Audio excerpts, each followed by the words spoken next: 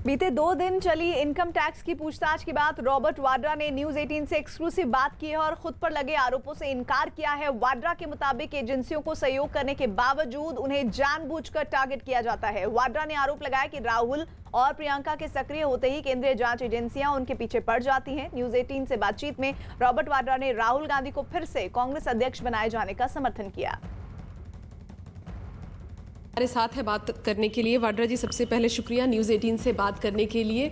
नया साल है, लेकिन नए साल की जो शुरुआत हो रही है, 2 दिन लगातार इनकम टैक्स के जो अधिकारी है, जो लोग हैं, वो आपके पास आए, पूछताछ हुई, कुछ स्टेटमेंट भी रिकॉर्ड किए गए।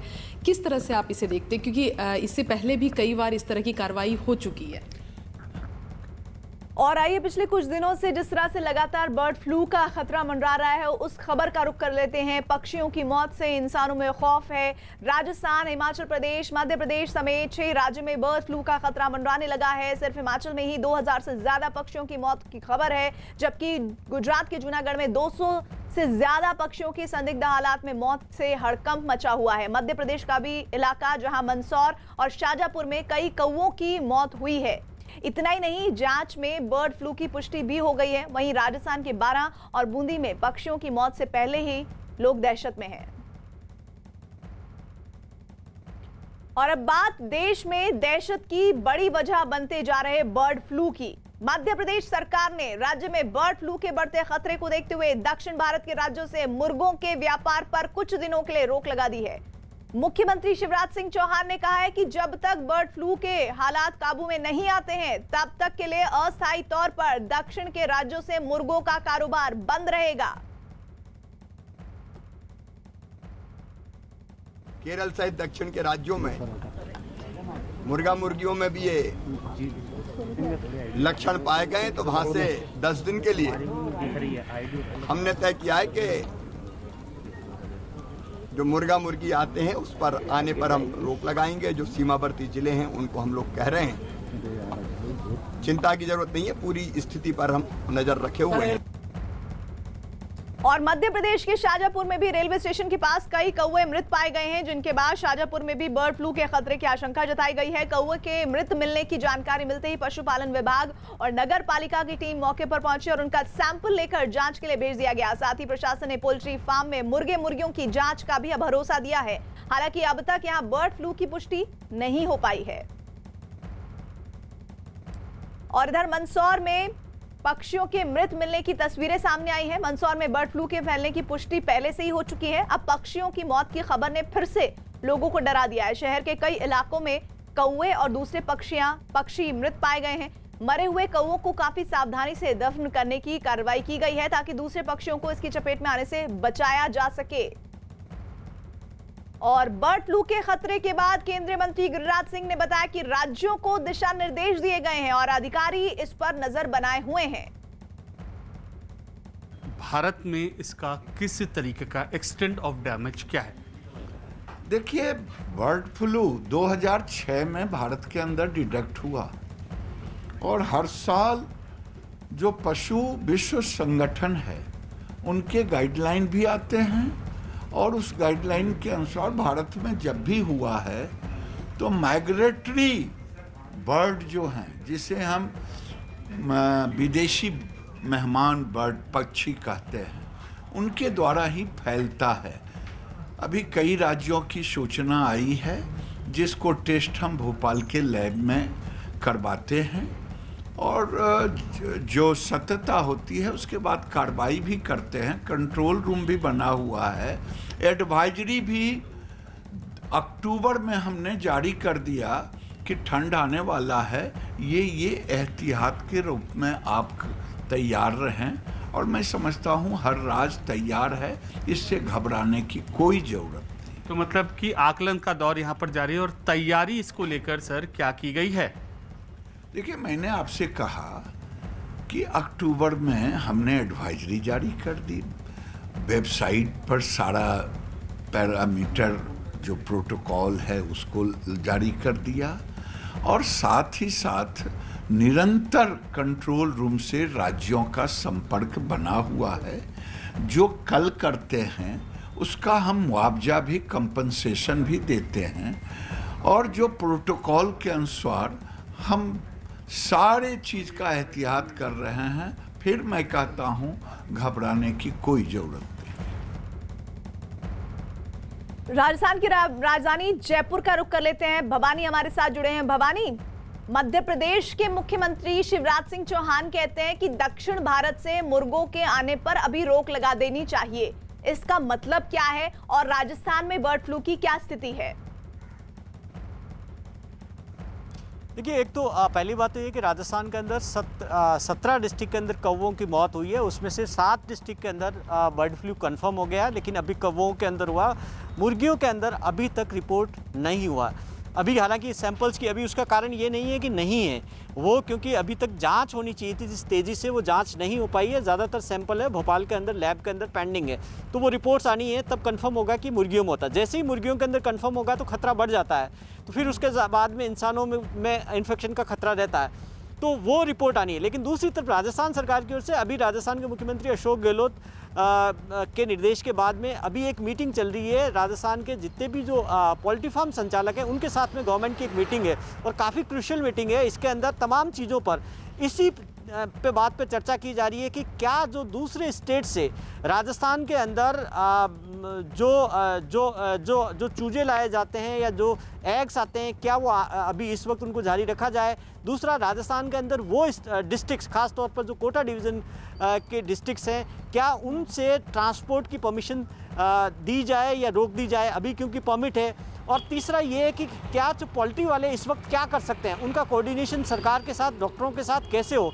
जो टीमें हैं किस तरीके से, अगर एक पोल्ट्री फार्म के अंदर भी अगर रिपोर्ट होता तो किस तेज़ी से के साथ में रिपोर्ट करें जिससे कि वो आगे फैले नहीं।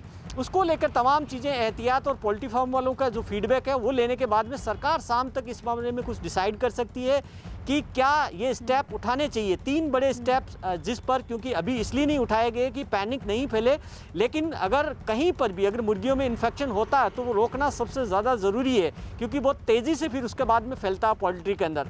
तो उस पर फैसले कुछ सरकार को लेने हैं, जिस पे शायद हो सकता हो कि शाम तक कुछ फैसले करें। लेकिन अभी सरकार की ओर से बार बार कहा जा रहा है कि जब तक मुर्गियों के अंदर कंफर्म नहीं हो तब तक कोई डिसीजन नहीं लिया जाए। डिसीजन यानी कि उसको क्या बिक्री पे रोक लगाई जाए चिकन की प्रभावित इलाकों के अंदर, क्या एग्स पे रोक लगाई जाए, क्या चूजों के ट्रांसपोर्ट पे रोक लगाई जाए, और क्या राजस्थान के सराउंडिंग स्टेट से, या अगर दक्षिण भारत की बात करें, क्योंकि सबसे ज़्यादा अभी दक्षिण भारत वाला है, तो क्या वहाँ से भी बड़ी संख्या के अंदर आता है, तो क्या उस पर रोक लगाई जाए नहीं लगाई जाए, इसको लेकर डिसीजन सरकार अब लेगी। यानी कि अभी आप कह रहे हैं कि राजस्थान में अभी किसी तरह की रोक नहीं लगाई गई है, अभी सिर्फ वेट एंड वॉच की स्थिति बनी हुई है। साथ ही मुझे ये भी बताइए, जैसे हम दिल्ली एनसीआर की बात करें कि लोगों के भीतर अब इस बात को लेकर चर्चा हो रही है कि बर्ड फ्लू फैल रहा है, इसके खतरे बढ़ सकते हैं, राजस्थान में पैनिक है क्या? देखिए, पैनिक है, ज़रूर है लोगों के अंदर ये, क्योंकि जैसे जैसे लगातार जो खबरें आ रही है, लगातार जो बर्ड्स मर रही है, और अभी तक पहले मुर्गियों की डेथ की खबर नहीं आ रही थी, लेकिन बूंदी के अंदर 40 मुर्गियों की मौत हो गई है। 2 दिन पहले जयपुर दिल्ली हाईवे पर कुछ मौत हो गई है। उसके बाद में लोगों के अंदर ये पैनिक फैलने लग गया है कि चिकन खाया जाए नहीं जाए, एग्स खाए जाए नहीं खाए जाए। आज हमने मुर्गी फार्म संचालकों के साथ में भी उनसे भी बात की, फार्म के अंदर बात की, तो उनकी ओपिनियन थी कि अभी सुरक्षित है, क्योंकि ये इसको रोकने का काम भी मुर्गी फार्म संचालक खुद भी कर सकते हैं। उन्होंने, कई संचालकों ने ये कर दिया कि आइसोलेशन सेंटर बना दिए अपने पोल्ट्री फार्म के अंदर, जिसमें जो बीमार मुर्गियां होती हैं उनको तत्काल उसमें आइसोलेशन सेंटर में शिफ्ट कर देते हैं, अलग से आइसोलेट कर देते हैं, उसके बाद में डॉक्टर को बुलाया जाता है, जिससे कि बाकी मुर्गियों पर असर नहीं है, और बीमार मुर्गियों का एग है या वो चिकन है वो मार्केट में सप्लाई नहीं हो, ये सावधानी आइडेंटिफाई करना। और ये जो पूरा प्रोसेस है, ये एक लंबी प्रक्रिया है भवानी, जैसा आप बता रहे हैं। और साथ ही इस वक्त की बड़ी खबर जिसको लेकर चिंता भी है, वो बर्ड फ्लू से जुड़ी हुई है, जिसने कई राज्यों को टेंशन में डाल दिया है। देश के 6 राज्यों में बर्ड फ्लू से परिंदों की लगातार मौत हो रही है और सरकारें एक्शन मोड में हैं। बैठकों का दौर चल रहा है, जैसे भवानी बता रहे थे, और एहतियात के लिए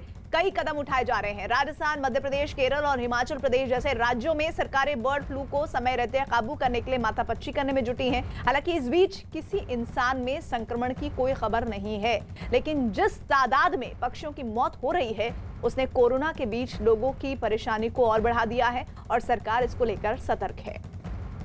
लाखों की मौत के बाद बर्ड फ्लू की आशंका की वजह से करीब 100 पक्षियों को मार दिया गया। ऐसे हालात को देखते हुए केंद्र सरकार से लेकर राज्य की सरकारें भी अलर्ट मोड पर आ गई हैं और राज्यों में कंट्रोल रूम बनाकर निगरानी की जा रही है। कंट्रोल रूम बना दिया गया है मंत्रालय में। प्रदेश सरकारों के हम लगातार संपर्क में हैं और जो भी प्रिकॉशनरी मेजर हो सकते हैं या सावधानी बरती जा सकती है वो सब केंद्र सरकार और प्रदेश सरकार मिलकर बरत रही है। दावे के मुताबिक देश में बर्ड फ्लू का कहर प्रवासी पक्षियों की वजह से आया है। इन पक्षियों से ये बीमारी इंसानों में फैलने का खतरा बना रहता है। इसके बाद संपर्क में आने वालों से भी ये तेजी से फैलता है। भारत में बर्ड फ्लू पहले भी यानी 2006 में, उसके बाद 2012, 2015 और अब 2021 में भी अपनी मुसीबत का कहर ढा रहा है। अभी कई राज्यों की सूचना आई है जिसको टेस्ट हम भोपाल के लैब में करवाते हैं और जो सत्यता होती है उसके बाद कार्रवाई भी करते हैं। कंट्रोल रूम भी बना हुआ है। एडवाइजरी भी अक्टूबर में हमने जारी कर दिया कि ठंड आने वाला है, ये एहतियात के रूप में आप तैयार रहें।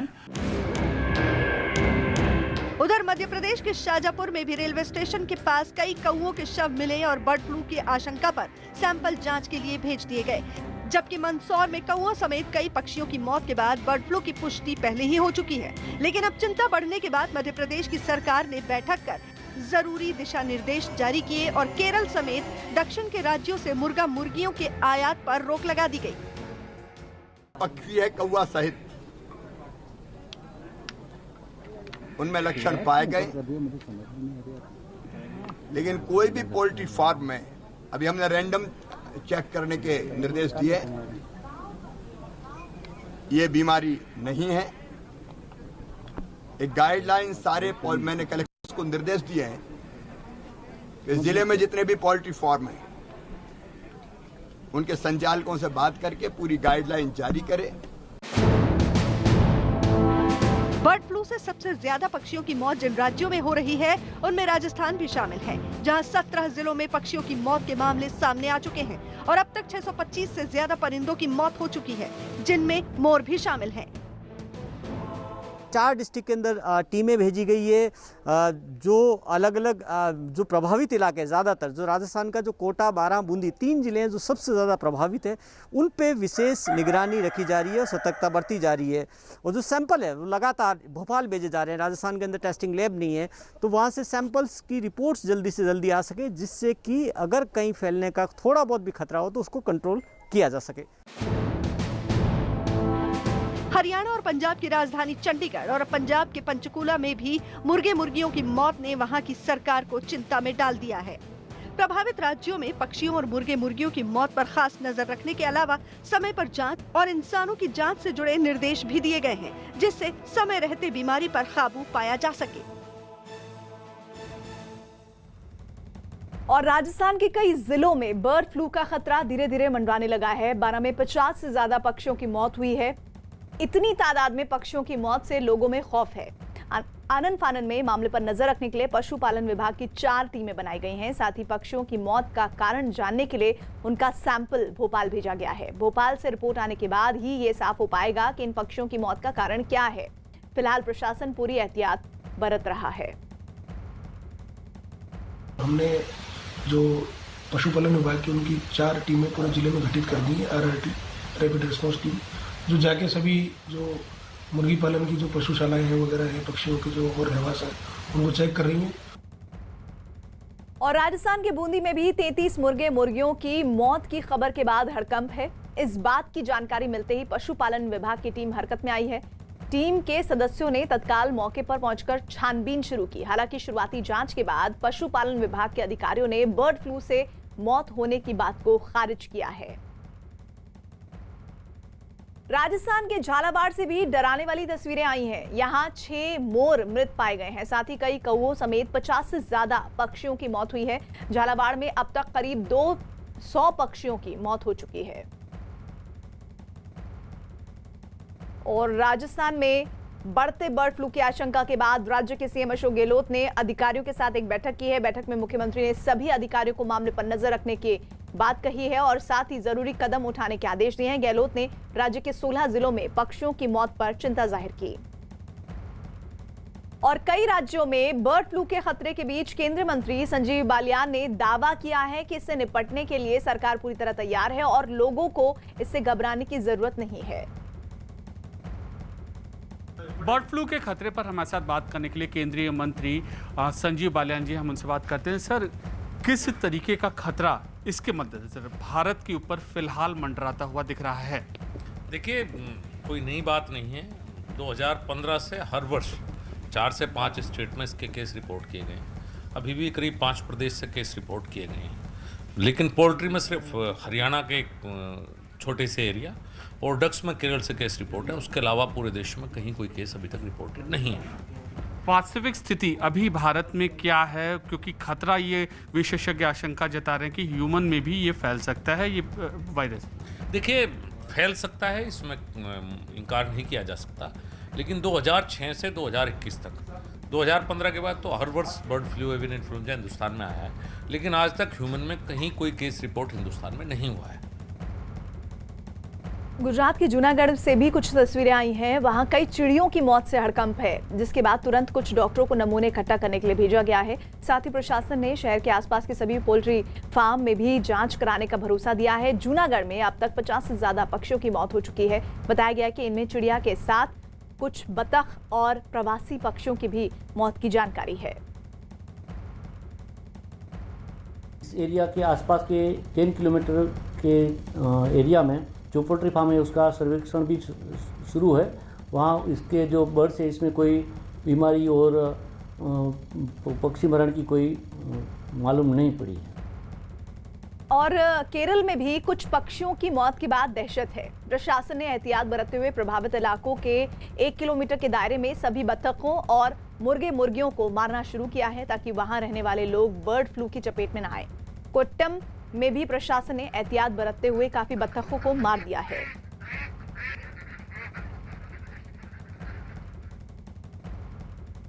और बीते 2 दिन चली इनकम टैक्स की पूछताछ के बाद रॉबर्ट वाड्रा ने न्यूज 18 से एक्सक्लूसिव बात की और खुद पर लगे आरोपों से इनकार किया। वाड्रा के मुताबिक एजेंसियों को सहयोग करने के बावजूद उन्हें जानबूझकर टारगेट किया जाता है। वाड्रा ने आरोप लगाया कि राहुल और प्रियंका के सक्रिय होते ही केंद्रीय जांच एजेंसियां उनके पीछे पड़ जाती हैं। न्यूज 18 से बातचीत में रॉबर्ट वाड्रा ने राहुल गांधी को फिर से कांग्रेस अध्यक्ष बनाए जाने का समर्थन किया।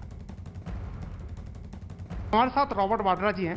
रॉबर्ट जी, पिछले कुछ दिनों से आप फिर सुर्खियां बने। सुर्खियां तो वैसे आप लगातार बने रहते हैं, लेकिन फिर इनकम टैक्स ने आपसे पूछताछ की, लंबी पूछताछ की। इस बार क्या था?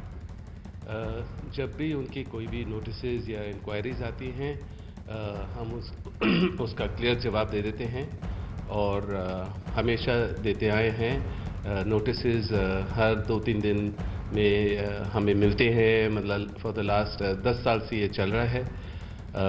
और कोई भी क्वेरीज होती है, हम 10 बारी उसका जवाब प्रूफ के साथ देते हैं, क्योंकि जो भी प्रूफ है वो सारे हमारे आरओसी में हैं, कोई भी देख सकता है और सारे रिकॉर्डेड है, उनके असेसमेंट हुए हैं, टैक्स पेड हैं।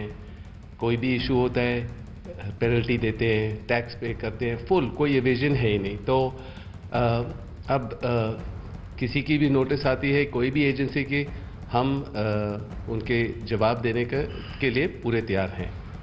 क्यों आपको लगता है, क्योंकि आपकी पार्टी, आप किसी पार्टी से बिलोंग नहीं करते, लेकिन ऐसे परिवार से बिलोंग करते हैं कि आपको जोड़ दिया जाता है ये कांग्रेस से? लगातार ये कहा जाता है, दामाद श्री एक पुस्तक 2013 में लॉन्च की गई थी, तब से लेके अब तक न जाने कितने साल गुजर गए। क्यों इतनी लंबी लंबी पूछताछ होती है? आपको क्या महसूस होता है? जब भी गवर्नमेंट में कोई इशू पर उनको कॉर्नर किया जाता है और पूरे देश उनसे सवाल पूछते हैं, और जब वो जवाब नहीं दे पाते हैं तो अटेंशन को डाइवर्ट करने के लिए, डाइग्रेस करने के लिए वो क्या करते हैं कि मेरा मुद्दा हमेशा बनाकर आगे ले आते हैं और मीडिया फिर उसको उठाती है और 2-3 दिन वो चलता है, फिर वो सेटल हो जाता है, फिर जब ज़रूरत पड़ती है फिर मेरी याद आती है, फिर इस्तेमाल किया जाता है। पर मेरे को ऑब्वियसली जब भी कोई एजेंसी कुछ नोटिस भेजते हैं या सवाल पूछते हैं, मैं देने के लिए तैयार हूँ। पर जो अभी ये टाइमिंग थी, मेरे को लगा है बिल्कुल उसमें ज़रूर कुछ अंदरूनी या कोई इशू था उनका, कि इसको जो उनके इश्यूज थे उसको डाइग्रेस करने के लिए फिर मेरा मुद्दा बनाया गया और इशू बनाया गया और उछाला गया। प्रियंका गांधी सक्रिय हैं किसानों को लेकर के, राहुल गांधी सक्रिय हैं। आप ये भी कह रहे थे कि प्रियंका गांधी जब जब सक्रिय होती हैं इनको याद आ जाती है रॉबर्ट वाड्रा। बिल्कुल, अगर मेरी फैमिली स्पेशली माय वाइफ वो बाहर जाते हैं, लोगों के लिए मेहनत करते हैं और लोग उनके बिलीव करते हैं और उनको लगता है कि अब कुछ ना कुछ उछालना चाहिए जो गलत महसूस हो और गलत दिखाई दिया जाए, तो मेरे को उसका असर पड़ता है और मतलब कि वो हमेशा मेरा नाम इस्तेमाल करते हैं। कोई ना कोई मुद्दा होता है। यही जो मुद्दे हैं ये 10 साल से हमने सवाल दे दिए हैं। हमेशा जो टैक्स होता है वो दे दिया है। हम लोग 2019 में ईडी के पास भी गए, 13 बारी गए, उनके ऑफिस में गए, 10 घंटे हमने बैठे, मैं बैठा था खुद और मैंने जितने भी सवाल थे उसके जवाब दिए। और मैं जयपुर भी गया, वहाँ भी ईडी ऑफिस में बैठा हूँ और ये एजेंसी आने चाहिए थी। मैंने उनको बोला प्लीज़ आइए, कोई प्रॉब्लम नहीं है, सारे सवाल के जवाब देंगे हम। और इनके पास इन्होंने 23,000 डॉक्यूमेंट ऑलरेडी उठाकर ले गए हैं और हर सवाल का जवाब उनके पास ऑलरेडी है, प्रूफ रिटन में। तो ये जब दोबारा सवाल पूछे जाते हैं तो लगता है ज़रूर कोई ना कोई मुद्दा और कुछ है जिसके लिए वो फिर मेरे को सामने लाते हैं और डाइग्रेस करते हैं, डाइवर्ट करते हैं attention. On a lighter note, अगर आप गांधी परिवार के दामाद नहीं होते तो ठीक है, अब मैं हूँ, मुझे झेलना पड़ता है, पर में क्षमता है झेलने की, तो ठीक है, मैं आगे बढ़ रहा हूँ। पर यह है कि मेरे बच्चों को असर नहीं होना चाहिए। मुझे सबसे ज़रूरी यही होती है, चिंता होती है कि मेरे बच्चों को असर ना पड़े। जो उनको हुआ है 10 साल में, उन्होंने देखा है कि उनके पिता को बहुत गलत इल्ज़ाम लगाए हैं, बेबुनियाद इल्ज़ाम लगाए हैं और मैं झेलना पड़ता है। और घर पे आता हूँ तो फिर ऑब्वियसली उनको दिखाई देता है कि ये सब हो रहा है, गलत है, तो मैं उनको समझाता हूँ, पर उनके ऊपर असर नहीं पड़ना चाहिए। बस यही चीज़ है। अब दामाद हूँ तो मैं रिस्पेक्ट करता हूँ मेरे मदर लॉ को, और उन लोगों ने इस देश के लिए अपनी जान गंवा दी है और हमेशा मेहनत की है, सालों से, अरसों से, देश के लोगों के लिए, इस देश के लिए। एक छोटा सवाल इस समय गणतंत्र दिवस का है। आप देखिए कि तमाम कई लोग हैं कांग्रेस से कह रहे हैं कि रद्द कर देना चाहिए, कोरोना है, कोई कह रहा है ब्रिटिश पीएम नहीं आ रहा है। आपको लगता है कि गणतंत्र दिवस जो है देश की एक तरह से आज़ादी और गणतंत्र का एक जश्न होता है, उसको कैंसिल करना चाहिए या उसको चलते रहना चाहिए? अब देखिए, कोरोना का समय है और सबको सुरक्षित रहना बहुत ज़रूरी है, पर ज़रूर हमें अपने जो हमेशा करते हैं जो परेड वगैरह होता है, बिल्कुल एक उत्साह है, सारे लोगों को खुशी मिलती है देखने में, पर यह है कि कोविड के नॉर्म्स के साथ, थोड़े से गैप के साथ, या मतलब कि डिस्टेंस रख के जो भी परेड में कर सकते हैं, जो भी कर सकते हैं, अब कोविड नॉर्म्स के साथ ही आगे चलना पड़ेगा। एक सवाल मैं आपसे पूछूंगा कि हाल ही में ये खबर आई है कि एक बार फिर अब नए अध्यक्ष का चुनाव होना है, प्रोविजनल या अंतरिम अध्यक्ष हैं सोनिया गांधी जी। आपको लगता है कि राइट टाइम अब है, क्योंकि 2024 फिर चुनाव आ रहा है, राहुल गांधी को अब आ जाना चाहिए? आप क्या सोचते हैं? मैं आपकी व्यक्तिगत राय जानना चाहता हूँ। देखिए, राहुल में बहुत पोटेंशियल है, बहुत इंसाइट है और उनके पास एक्सपीरियंस है अपनी दादी का, अपने पिताजी का, अपने माताजी का, तो वो ज़रूर देश के लिए अच्छा कर सकते हैं, देश के लोगों को आगे बढ़ा सकते हैं और उनकी मुश्किलों को वो समझे हैं और आगे भी समझ सकते हैं। अभी जो किसानों के इश्यूज हैं, अगर वो होते हैं, वो ज़रूर उनके लिए उनके हित में बोलते, उनके हित के लिए करते, पर अभी लोग बहुत दुखी हैं, किसान बहुत दुखी हैं, कोविड से लोग इतने परेशान हैं, यहाँ मतलब किसी के पास कोई काम नहीं है। और राहुल जब मिलते हैं, उनसे बाहर निकलते हैं, मिलते हैं, उसको गलत दिखाया जाता है। तो देखिए, जो भी है, हम लोग तो जो लड़ाई है, हम तो लड़ेंगे, आगे बढ़ेंगे और जब तक जान है हम तो आगे बढ़ेंगे और लोगों के लिए काम करेंगे। अध्यक्ष उनको बनना चाहिए मेरे को? बिल्कुल बिल्कुल, मुझे तो लगता है पोटेंशियल है, वो कर सकते हैं और एकजुट होकर आगे बढ़ेंगे और कांग्रेस आगे बढ़ेगी। मेरा आखिरी सवाल आपसे है, कांग्रेस पार्टी में कुछ 23 नेताओं ने एक चिट्ठी लिखी थी कि सक्रिय दिखना चाहिए नेता को, सड़क पर दिखना चाहिए नेता को। आपको लगता है कि ये बगावत है या आपको लगता है राहुल गांधी की मुखालफत है? आपको लगता है कि पार्टी की कोर्स करेक्शन के लिए लिखा गया? देखिए, जब पॉलिटिक्स है कि सबके पास अपना अपना इंडिविजुअल एनर्जी होता है, अपना सोच होता है, और इस पार्टी में सबको बोलने की इजाज़त दी जाती है कि वो बोल सकते हैं, जो मन में है बोल सकते हैं, कह सकते हैं, पर उनके दिल में तो राहुल है और पूरे परिवार है, और वो उनके बगैर आगे वो बढ़ेंगे नहीं। और ये सब वो चाहते हैं कि बस राहुल आगे आए और उनके साथ एकजुट के होकर आगे बढ़ें। रावल वाड्रा जी कह रहे थे कि ईडी इनकम टैक्स ने जब बुलाया है वो जांच के लिए गए हैं, घर पे भी जांच का सामना किया। एक ही सवाल बार बार पूछा जाता है और इसलिए उनके मन में शंका उठती है कि कहीं ये राजनीति से प्रेरित तो नहीं, कहीं मुद्दों से ध्यान भटकाने की सरकार की साजिश तो नहीं। कैमरामैन सुनील सागर के साथ अरुण सिंह, न्यूज़ 18 इंडिया, दिल्ली। सड़कें क्लियर नहीं हो रही है, जो मेन सड़कें हैं वो भी बंद पड़ी हुई है।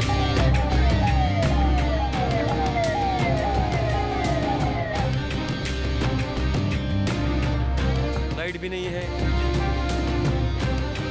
इधर 31 दिसंबर रात के खड़े हैं, गाड़ियां यहाँ पे फंसी हुई है, उनके लिए कोई भी सुविधा नहीं है यहाँ पे।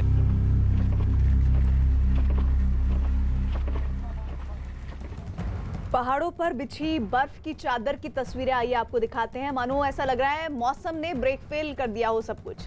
बर्फबारी की वजह से कश्मीर घाटी बर्फ की सफेद चादर से ढक गई है। यहां लगातार कई दिनों से बर्फ पड़ रही है। मौसम विभाग के मुताबिक कश्मीर घाटी में अगले 2 दिनों तक बर्फबारी जारी रहने की संभावना है।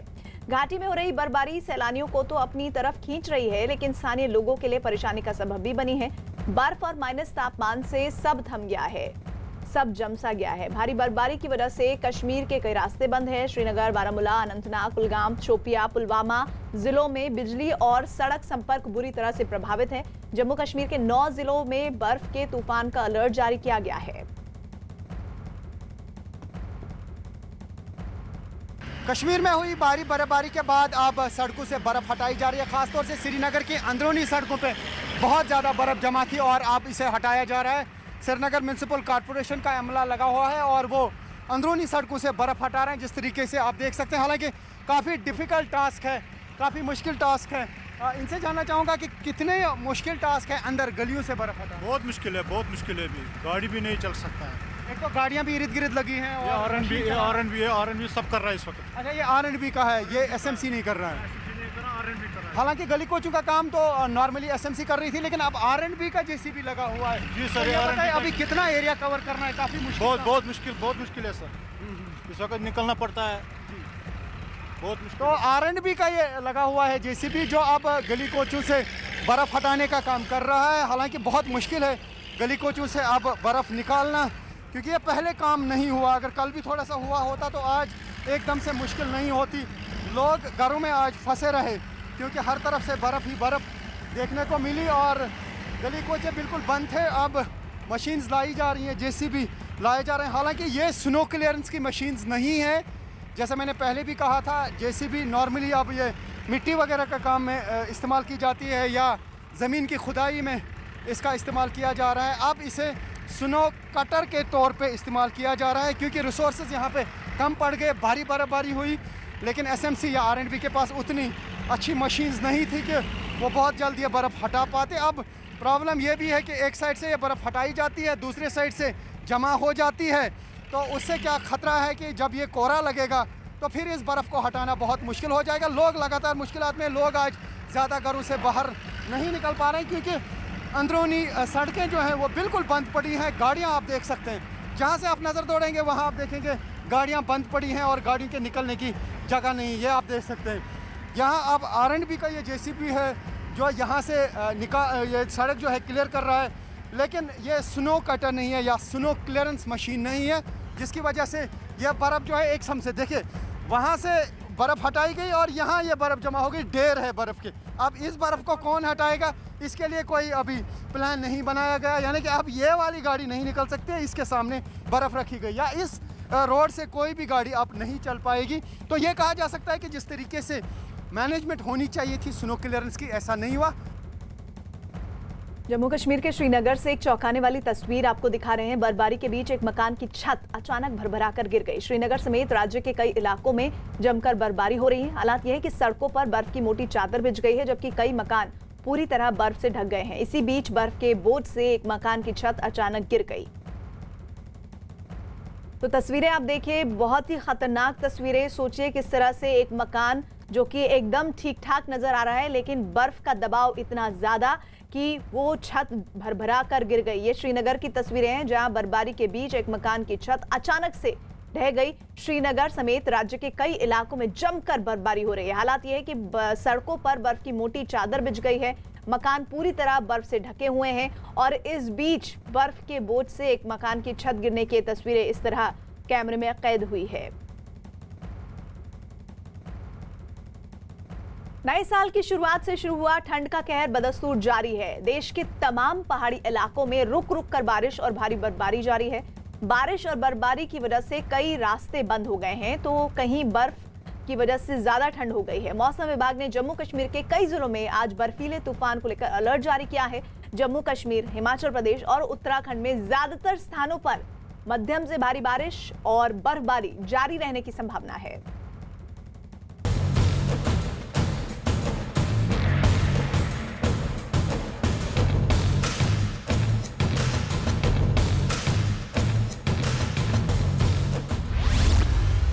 पहाड़ी इलाकों में बर्फबारी जारी।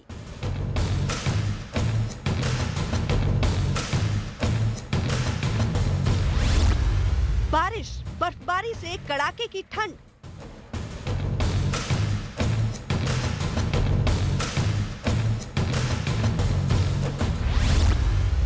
बर्फबारी की वजह से कई रास्ते बंद।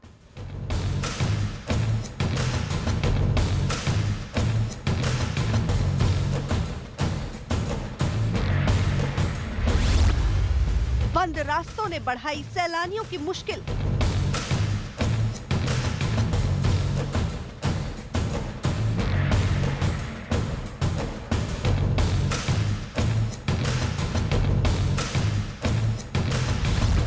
ढाई सौ से 300 के करीब गाड़ी है। कुछ लोग तो चले गए हैं छोड़ के, लेकिन कुछ बेचारे गाड़ी में ही बैठे हुए हैं। बुजुर्ग हैं, उनमें ना चलने वाले भी हैं, बच्चे हैं लोगों के पास। सुबह 3 बजे के फंसे हुए हैं, लेकिन मतलब अब कुछ लोग निकाल रहे हैं गाड़ियां, वो चलनी है नहीं, रियर व्हील ड्राइव हैं या कारें हैं, बर्फ़ में वो चल नहीं पा रही। लेकिन अब दिक्कत बहुत हो रही है। अभी 12 बजे का टाइम है इस टाइम, है ना, रात को। बिल्कुल बिल्कुल मेरे हिसाब से तो बहुत दिक्कत वाली बात है। 3 तस्वीरें कश्मीर, हिमाचल और उत्तराखंड की, लेकिन हाल एक जैसा, हर तरफ बर्फ ही बर्फ। बर्फबारी से सैलानियों की मौज मुसीबत में बदलते देर नहीं लगी। हिमाचल प्रदेश के मनाली में नए साल पर जश्न मनाने गए लोगों के रंग में बर्फबारी से भंग पड़ गया। आसमान से लगातार गिरती बर्फ के जिन गोलों ने उन्हें जश्न मनाने के लिए मनाली आने के लिए ललचाया, अब उसी बर्फबारी ने उन्हें मजबूर कर दिया।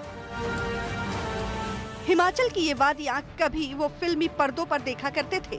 हिमाचल की ऐसी सड़कें और ये अंदाज फिल्मी पर्दों पर उन्हें खूब भाता था, लेकिन बीते कुछ दिनों से लगातार हो रही बारिश और बर्फबारी ने पहाड़ पर रहने वालों की मुश्किलें बढ़ा दी।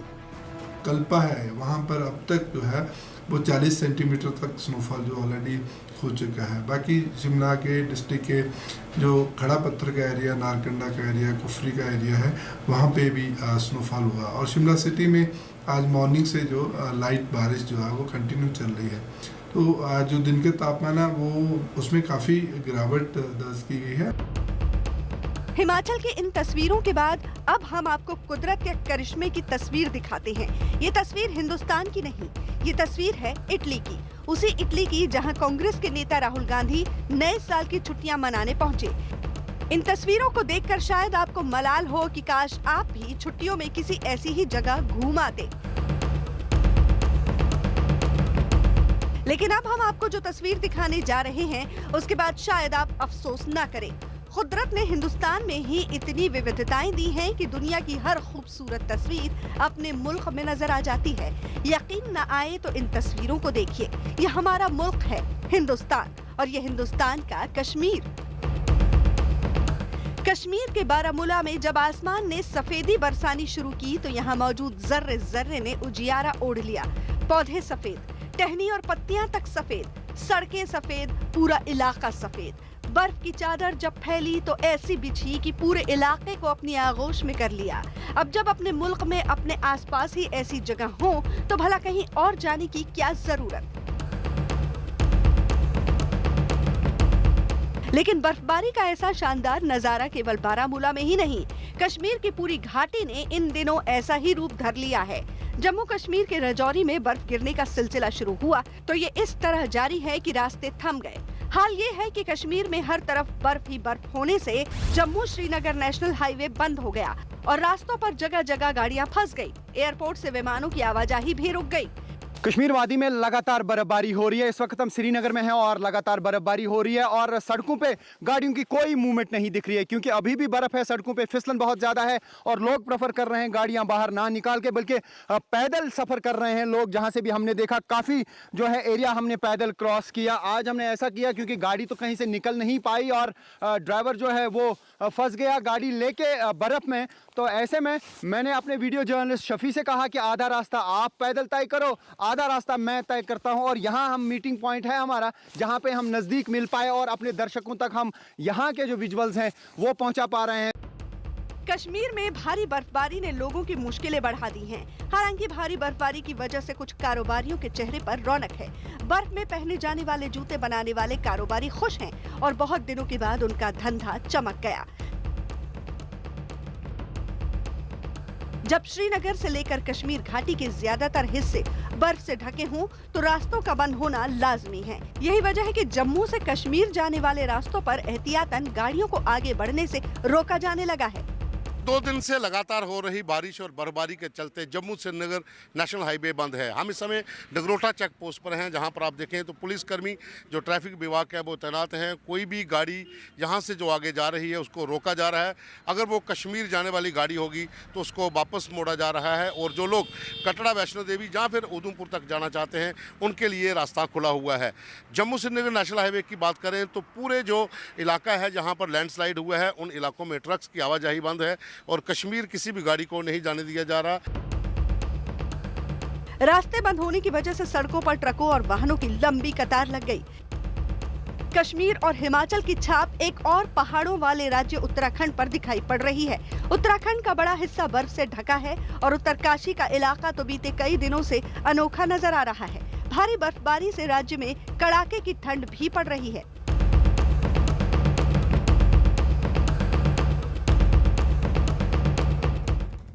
और जम्मू कश्मीर के शोपियां में भारी बर्फबारी हुई है। सड़कों पर कई फीट तक बर्फ जमी हुई है। पेड़ और मकान बर्फ से ढके हैं। कई जगह लोग पेड़ों से बर्फ हटाते दिख रहे हैं जबकि कई इलाकों में मकानों पर जमी बर्फ लोगों के लिए परेशानी का सबब है। बारामूला में बर्फबारी ने लोगों की परेशानी बढ़ा दी है। बारामूला में भारी बर्फबारी की वजह से कई इलाकों में मकानों को नुकसान पहुंचा है।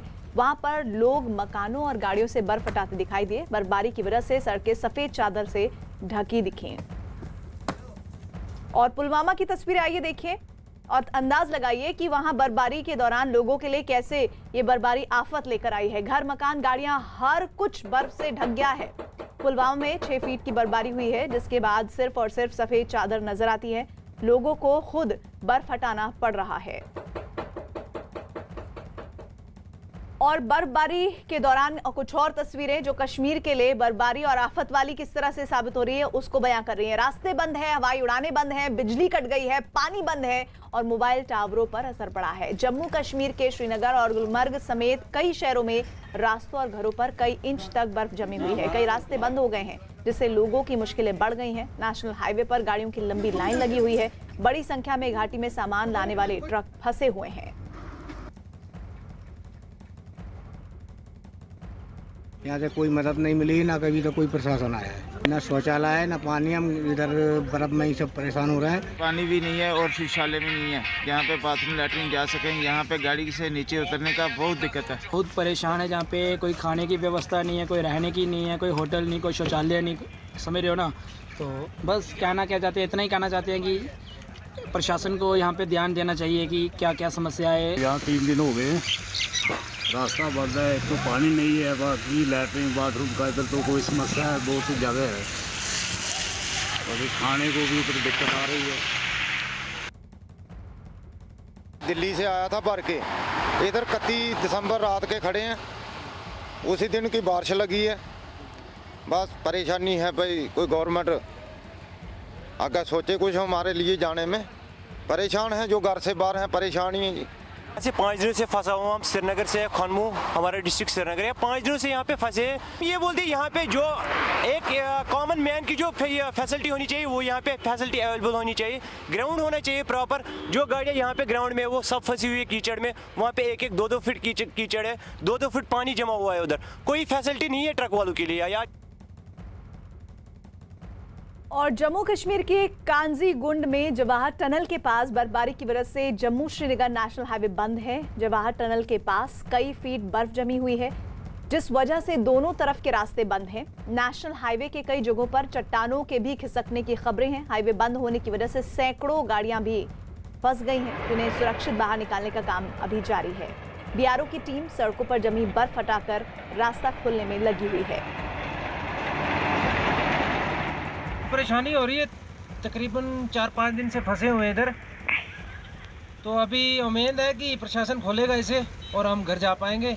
और पानी की और खाने की बहुत ज़्यादा प्रॉब्लम आ रही है। पानी का सबसे ज़्यादा पानी का हो रहा है सर। बर्फ़ को पानी में यूँ इसमें पिघला के ऐसे यूँ करके ऐसे कर रहे हैं, पानी पी रहे हैं। तो अब ना इधर पानी है ना शौचालय है, कहीं बताओ कहाँ जाएं। बहुत दिक्कत वाली बात है, इधर कोई ना कोई हल होना चाहिए। मैन पावर और मशीनरी डिप्लॉय हो चुका है और अभी तक सिर्फ 4 किलोमीटर का जो बीच वाला पोर्शन है हमारा नियर टाइटैनिक व्यू, वो क्लियर करना पेंडिंग है। तो अभी तो फिलहाल हम सिंगल लाइन कर रहे हैं। जो फंसी हुई दरमंदा ट्रक्स हैं उनको सेफ साइड और निकालने की पूरी कोशिश हो रही है। और श्रीनगर में सर्दी का आलम यह है कि यहाँ की मशहूर डल झील जम गई है। लोग अब झील पर पैदल चल रहे हैं। कश्मीर घाटी में भारी बर्फबारी की वजह से लोगों की दिक्कतें बढ़ गई है। हालांकि जो टूरिस्ट हैं वो काफ़ी एंजॉय कर रहे हैं डल लेक जैसे एरिया में, लेकिन आम लोग जो हैं वो काफ़ी मुश्किलात में आ जाते हैं। देख सकते हैं आपके किस तरीके से लोग जो हैं पहले रास्ता क्लियर कर रहे हैं किश्तियों का और उसके बाद आगे बढ़ रहे हैं। और आप देख सकते हैं क्योंकि बहुत ज़्यादा बर्फ़ गिरी है इस पानी में और उसके बाद अब ऐसा लगता है कि डल लेक जम गया है और इसमें कश्तियों का चलना बहुत मुश्किल हो जाता है। अब आहिस्ता आहिस्ता ये बर्फ़ हटाते हैं और उसके बाद क्लियर कर देते हैं। और दूसरी तरफ से मैं आपको दिखाना चाहूँगा, जो भी आपको हाउस बोट दिखेंगे और लोग जो हैं वहाँ पे बर्फ़ हटा रहे हैं और टूरिस्ट्स के लिए यहाँ पे हमेशा वेलकम होता है। और आप देख सकते हैं कि किस तरीके से हर तरफ से लोग लगे हैं। जो हाउस बोट में रहने वाले लोग हैं, हाउस बोट के मालिकान हैं, वो इस वक्त बर्फ़ हटा रहे हैं हाउस बोट के छतों से भी और जो सीढ़ियाँ होती हैं हाउस बोट की, ताकि टूरिस्ट आ सकें और उनमें रह सकें। हालांकि हाउस बोट में रहने वाले लोग वो खुद भी होते हैं, वो खुद भी हाउस बोट में रहते हैं, लेकिन टूरिस्ट्स भी इन्हीं हाउस बोट्स में रहते हैं। खूबसूरत हाउस बोट्स हैं, अलग ही एक नज़ारा है डल लेक का, लेकिन लोकल लोगों के लिए काफ़ी दिक्कतों का सामना होता है फिर जब बहुत ज़्यादा बर्फबारी होती है। आप देख सकते हैं किस तरीके से रास्ते क्लियर करने पड़ते हैं। एक बड़ा कंसर्न ये है कि अगर लगातार पारा गिर गया उससे डल लेक जम सकता है और मुश्किल हो सकती है। तो एक और पहाड़ों पर हो रही बर्फबारी की वजह से पूरे उत्तर भारत में ठंड का कहर है। वहीं दूसरी ओर आज सुबह दिल्ली और आसपास के कई इलाकों में तेज बारिश ने लोगों की तकलीफ और बढ़ाई है। इतना ही नहीं, दिल्ली और आसपास के कुछ इलाकों में ओले भी गिरे।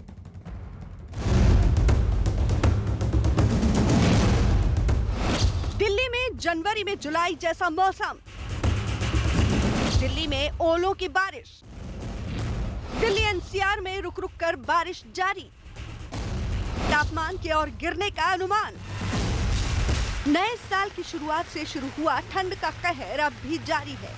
पिछले कुछ दिनों से लगातार नीचे गिर रहे तापमान और कोहरे की मार झेल रही राजधानी और आसपास के इलाकों पर सर्दी का सितम तब और बढ़ गया जब सुबह सुबह दिल्ली एनसीआर में तेज बारिश के साथ ओले गिरने लगे। दक्षिण दिल्ली और गुरुग्राम के कुछ इलाकों में बारिश के साथ तेज ओले गिरे। कड़ाके की ठंड की वजह से घर में दुबके लोगों को ओले गिरने के बाद ये साफ समझ आ गया कि घर से ना निकलने में ही समझदारी है।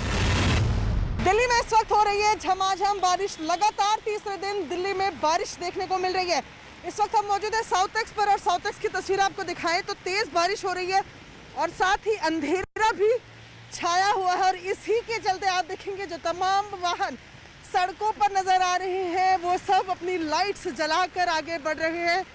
सुबह के वक्त हल्की हल्की बारिश दिल्ली के कई इलाकों में हुई, लेकिन आज अगर बात करें तो लाइट से मॉडरेट रेन यानी कि हल्की से मध्यम बारिश का अनुमान मौसम विभाग ने लगाया है। दिल्ली के अलग अलग इलाकों में सुबह से ही तेज बारिश शुरू हुई, जो कई घंटों तक जारी रही। तेज बारिश और ठिठुरन के बीच दिन चढ़ने लगा, लेकिन आसमान में छाए बादलों की वजह से रोशनी की जगह अंधेरे ने ले ली। कोहरे और अंधेरे की वजह से सड़कों से गुजरने वालों को परेशानी उठानी पड़ी और गाड़ियों की लाइट जलाकर बारिश के बीच मंजिल तक अपना सफर तय करना पड़ा। बिहार इलाके में सुबह सुबह अंधेरा छाया हुआ है। आप मेरे पीछे की तरफ देख सकते हैं, जो गाड़ी है वाहनों की लाइटें जल चुकी हैं, क्योंकि सुबह के इस वक्त 9:15 बजे हैं और आप देख सकते हैं दिल्ली में अचानक अंधेरा छाया है। बादल अचानक उमड़े हैं और कुछ देर पहले रिमझिम बारिश हो रही थी, लेकिन उसके बाद कोहरा भी छाया और अब एक बार फिर घने काले बादल छाए हैं, जिसकी वजह से अंधेरा दिखने लगा है सुबह सुबह। और आसमान में आप देख सकते हैं जो बारिश का बादल है वो दिखाई दे रहा है, क्योंकि मौसम विभाग के मुताबिक तापमान आज का जरूर न्यूनतम तापमान जो है सुबह 13.0 डिग्री आंका गया है, लेकिन ये कहा जा रहा है कि दिन भर जो हवाओं के साथ रिमझिम बारिश लोगों को भिगोते रहेगी। दक्षिण दिल्ली में जितने ओले गिरे उसे देखकर अंदाजा लगाना आसान था कि शीतलहर और ठंड का कहर अभी बढ़ने वाला है। अनुमान के मुताबिक कुछ ऐसा ही हाल उत्तर प्रदेश का भी रहने वाला है। उधर पूर्वी दिल्ली में मौसम का मिजाज सुबह से ही बिगड़ा हुआ था और तेज हवाओं के साथ बारिश ने विजिबिलिटी पर भी गहरा असर डाल दिया।